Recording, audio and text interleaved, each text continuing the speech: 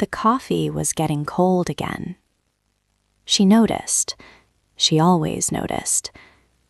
But she just wrapped her hands around the mug and stared out the window at those roses, the ones Marcus planted because she mentioned her grandmother once, 10 years ago. And he remembered. God, he remembered. She used to love that about him. It started with a smell. Not a scene, not a fight, nothing dramatic.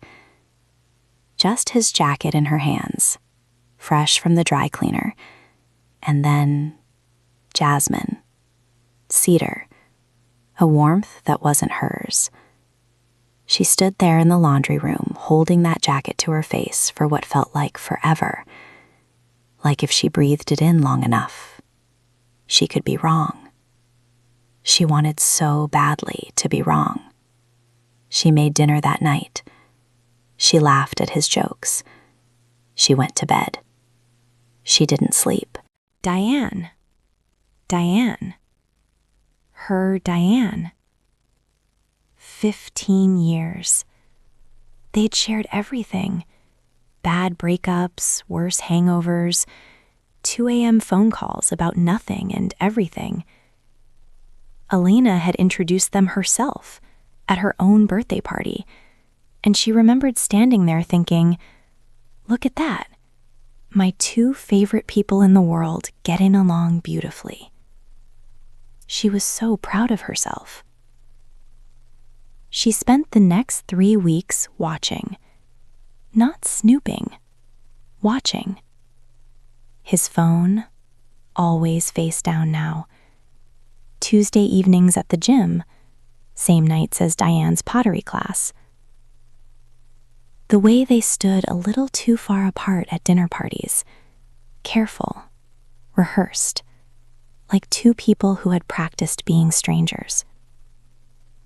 She had her answer before she even looked for the proof. People expected her to fall apart. She expected herself to fall apart, but rage never came. What came instead was quieter, heavier. It settled in her chest like cold stone, and it just stayed there. And she thought, okay, I see exactly where we are. So she called her brother-in-law, the property lawyer. Casual conversation, just curious.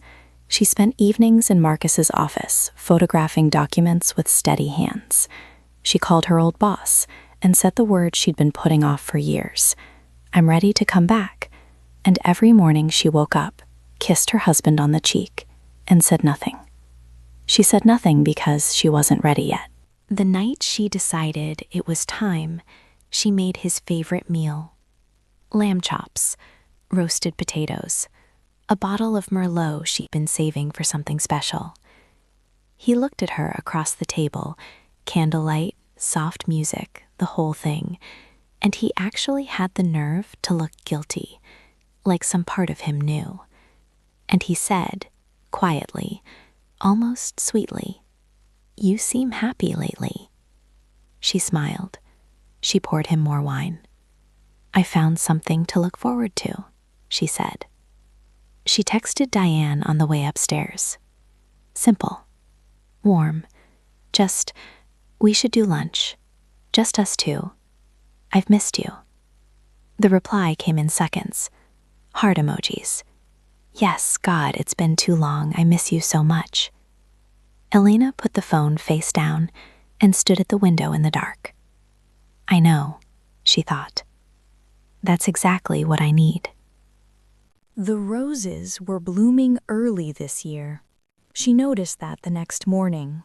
Coffee warm in both hands, sunlight just coming through the glass, all that quiet beauty, all those soft petals, and underneath, thorns nobody thinks to look for until it's too late.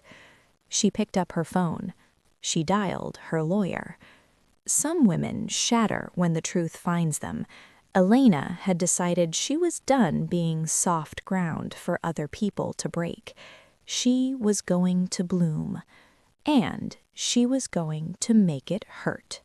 She met Diane for lunch on a Thursday. They hugged at the door of the restaurant the way they always had, tight, easy, like no time had passed at all. Diane looked beautiful. She always did.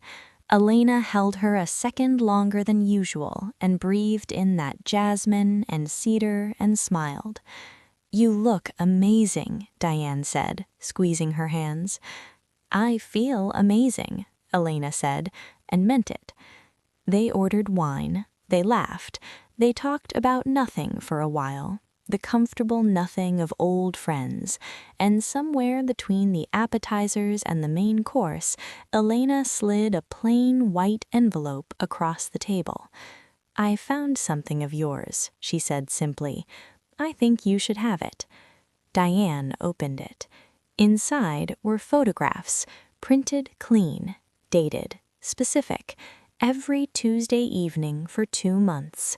The color left Diane's face so fast it was almost beautiful to watch. Elena sipped her wine and waited. "Elena, don't." Her voice was quiet. Not angry, not trembling, just done. "I didn't come here for that conversation. I came here because I wanted you to know, before the lawyers make it loud, that I know everything and that I'm going to be fine." She set her glass down, picked up her bag. "The lunch is on me," she said. "Consider it a goodbye gift." She walked out into the afternoon sun without looking back. Marcus came home that evening to an empty house. Not messy, not dramatic, just empty. Her things gone. On the kitchen counter, next to the cold coffee she'd left behind on purpose, was a single rose from the garden. No note. He didn't need one. 3 months later, Elena signed a lease on a small apartment with big windows and started her first week back at work. On her desk, she kept one thing, a photo of herself, alone, laughing at something just out of frame. She looked happy. She was.